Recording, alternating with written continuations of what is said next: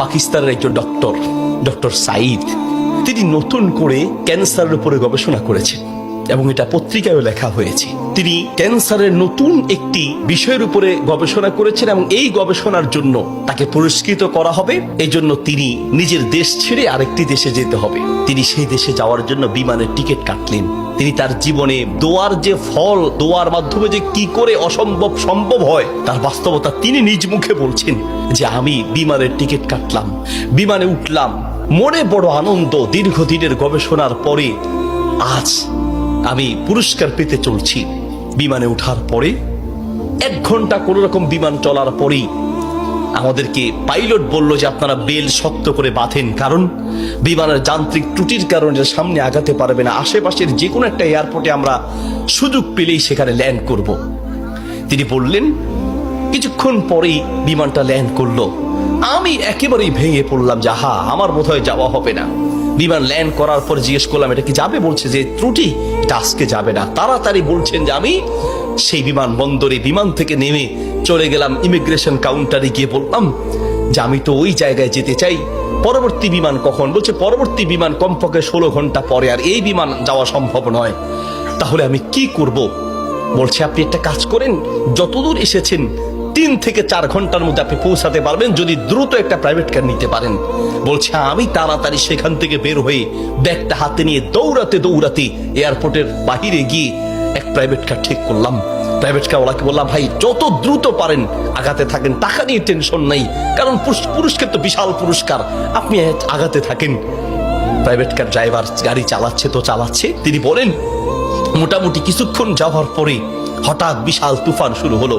প্রচন্ড তুফান দেখে ড্রাইভার বলছে ভাই সামনে যাওয়া সম্ভব নয়। বলছে চেষ্টা করেন।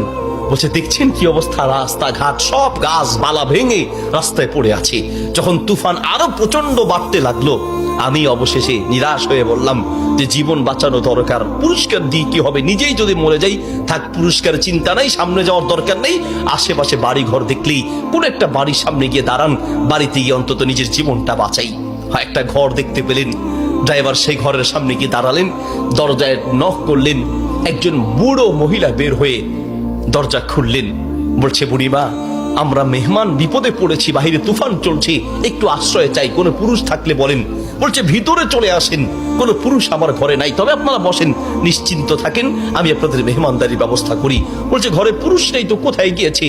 বলছে কি বলবো দুঃখের কথা, কিছুদিন আগে আমার ছেলে এবং আমার স্বামী তো আগেই মারা গিয়েছেন, আর কিছুদিন আগে আমার ছেলে এবং ছেলের বৌমা দুইজন একসাথে অ্যাক্সিডেন্ট করে দুনিয়ার থেকে বিদায় হয়েছেন। বাড়িতে শুধু আমি আর আবার নাতিটা আছে। বলছে আপনারা বসেন, একটু মেহমানদারি ব্যবস্থা করি। মেহমানদারি হিসেবে কিছু খাবার দিয়ে ডক্টর সাইদের সামনে দিলেন, আর বুড়িমা তিনি নামাজে দাঁড়ালেন। নামাজ শেষের দিকেই তার নাতি হাউমাউ করে চিৎকার করে কান্না শুরু করলেন। প্রথম থেকে কাঁদছেন অল্প আস্তে আস্তে, পরে প্রচন্ড চিৎকার।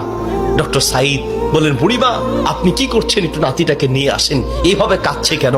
পরে নাতিটাকে কোলে করে নিয়ে আসলেন। ডক্টর সাইদ জিজ্ঞেস করলেন যে তার চেহারা পুরো নীল হয়ে আছে, তার কারণটা কি, ওর কি রোগ হয়েছে? বলছে ডাক্তার সাহেব কি বলবো দুঃখের কথা, আল্লাহ আমাকে পরীক্ষা করছেন। আমার স্বামী তো অনেক আগেই দুনিয়া থেকে বিদায় হয়েছে, আমার সম্বল ছিল আমার ছেলে, সেই ছেলেটাকে আল্লাহ নিলেন, ছেলের বৌমাকেও নিয়ে গেলেন।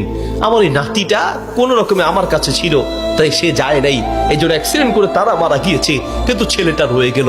এখন এই ছেলেটার একটা কঠিন মারাত্মক ক্যান্সার হয়েছে, যার চিকিৎসা আমাদের দেশে সম্ভব নয়। ডাক্তার সাইদ বলছে আপনি কি দেখিয়েছেন? বলছে হ্যাঁ, এটা নতুন ধরনের ক্যান্সার, এলাকায় যাকেই দেখাই সবাই একই কথা, আমাদের পক্ষে সম্ভব নয়। তো ডাক্তাররা কি পরামর্শ দিয়েছে? বলছে পাকিস্তানে যেতে। পাকিস্তানে একজন ডাক্তারের নাম বলেছে, তিনি এই নতুন রোগের, এই নতুন ক্যান্সার উপরে তিনি গবেষণা করেছেন, তার কাছে গেলে নাকি ভালো হবে। ডাক্তারের নাম বলেছে, বলছে নাম তো বলেছে কিন্তু ঠিকানা তো কিচ্ছু জানা নাই।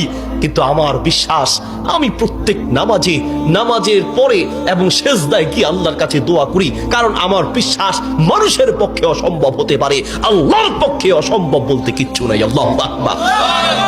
আমি প্রতিদিন নিয়মিত আল্লাহর কাছে দোয়া করি, মালিক আমি তো সেই ডাক্তার হসপিটাল কিচ্ছু চিনি না, আমার পক্ষে চেনা সম্ভব নয়, তার কোনো ঠিকানাও কারো জানা নাই। তিনি নাকি পাকিস্তানের ডাক্তার। বুড়িমা বলেন তো সেই ডাক্তারের নাম কি? বলছে সেই ডাক্তারের নাম নাকি ডক্টর সাইদ, নতুন করে তিনি নাকি এই ক্যান্সার উপরে গবেষণা করেছেন। বলছে বুড়িমা কসম করে বলেন তো ডাক্তার সাইদের সাথেই আপনাকে দেখা করতে বলেছে? মহিলা বলছে ভাই আপনি মেহমান মানুষ, আমি কেন আপনার কাছে মিথ্যা বলতে যাব? ডাক্তার সাইদ তিনি নাকি নতুন করে ক্যান্সার উপরে গবেষণা করেছেন, আপনার বাড়ি কোথায়? ডাক্তার সাইদ বলল বুড়িমা আমি আপনাকে কসম করতে বলেছি এই জন্য যে আমি বড় অবাক হয়েছি, আল্লাহ যে বান্দার দোয়া কিভাবে কবুল করেন, আল্লাহ যে মানুষের দোয়া কিভাবে কবুল করেন, আমি এখন বুঝতে পেরেছি কেন আমার বিমান নষ্ট হয়েছে, আমি এখন বুঝতে পেরেছি কেন আমি প্রাইভেট কারে উঠেছি, আমি এখন বুঝতে পেরেছি কেন তুফান শুরু হয়েছে, আমি এখন বুঝতে পেরেছি লক্ষ লক্ষ বাড়ি ঘর থাকতে কোথাও না গিয়ে আপনার বাড়িতে কেন এসেছি, আমি এখন বুঝতে পেরেছি আল্লাহ বান্দার দোয়া কিভাবে কবুল করে। বুড়িমা আপনি যেই ডাক্তার সাইদের জন্য দোয়া করছেন সেই ডাক্তার সাইদের কাছে পাকিস্তানে যেতে হবে না, টেনে টেনে তাকে আপনার বাড়িতে নিয়ে এসেছেন, আমি ডাক্তার সাইদ আপনার বাড়িতে উপস্থিত আছি। আল্লাহু আকবার। প্রিয় ভাইয়ের আমার, আসা আন তাকরাহু শাইআন ওয়া হুয়া খায়রুল লাকুম ওয়া আসা আন তুহিব্বু শাইআন ওয়া হুয়া শাররুল লাকুম। আল্লাহ বলে বান্দা শোনো, আমরা অনেক সময় দোয়া করতে গিয়ে আমরা অলসতা পেশ করি, অথবা অচেতন হয়ে যাই, অথবা দোয়া করার ক্ষেত্রে আমাদের ইয়াকিন থাকে না। কারণ হুজুর কত দোয়া করছি, কত বলছি আল্লাহর কাছে, কই না হুজুর আল্লাহ তো শুনে নেই, ঠিক না? অনেকের কথা অনেক হুজুর দোয়া করার জন্য বলেন, কত দোয়া করছে হুজুর, তাহাজ্জুদের সময় দোয়া করছি, শেষ রাতে দোয়া করছি, চোখের পানিতে বুক ভাসিয়ে দোয়া করছি, কত চাইছি আল্লাহর কাছে, হুজুর আল্লাহ দেয় নাই। শোনেন আল্লাহ বলেন বান্দা মাঝে মাঝে আমি তুমি চাও আমি দেই না, এই যে আমি দেই নাই হতে পারে আমি এই না দেওয়ার মাঝেই তোমার কল্যাণ আছে। আল্লাহু আকবার। আমরা জানি না, হতে পারে ওই যে আল্লাহ দেয় নাই সেটার মধ্যেই আপনার জন্য কল্যাণ দিয়েছি। এই জন্য দোয়া করবেন, পান বা না পান দোয়া করে যাবেন।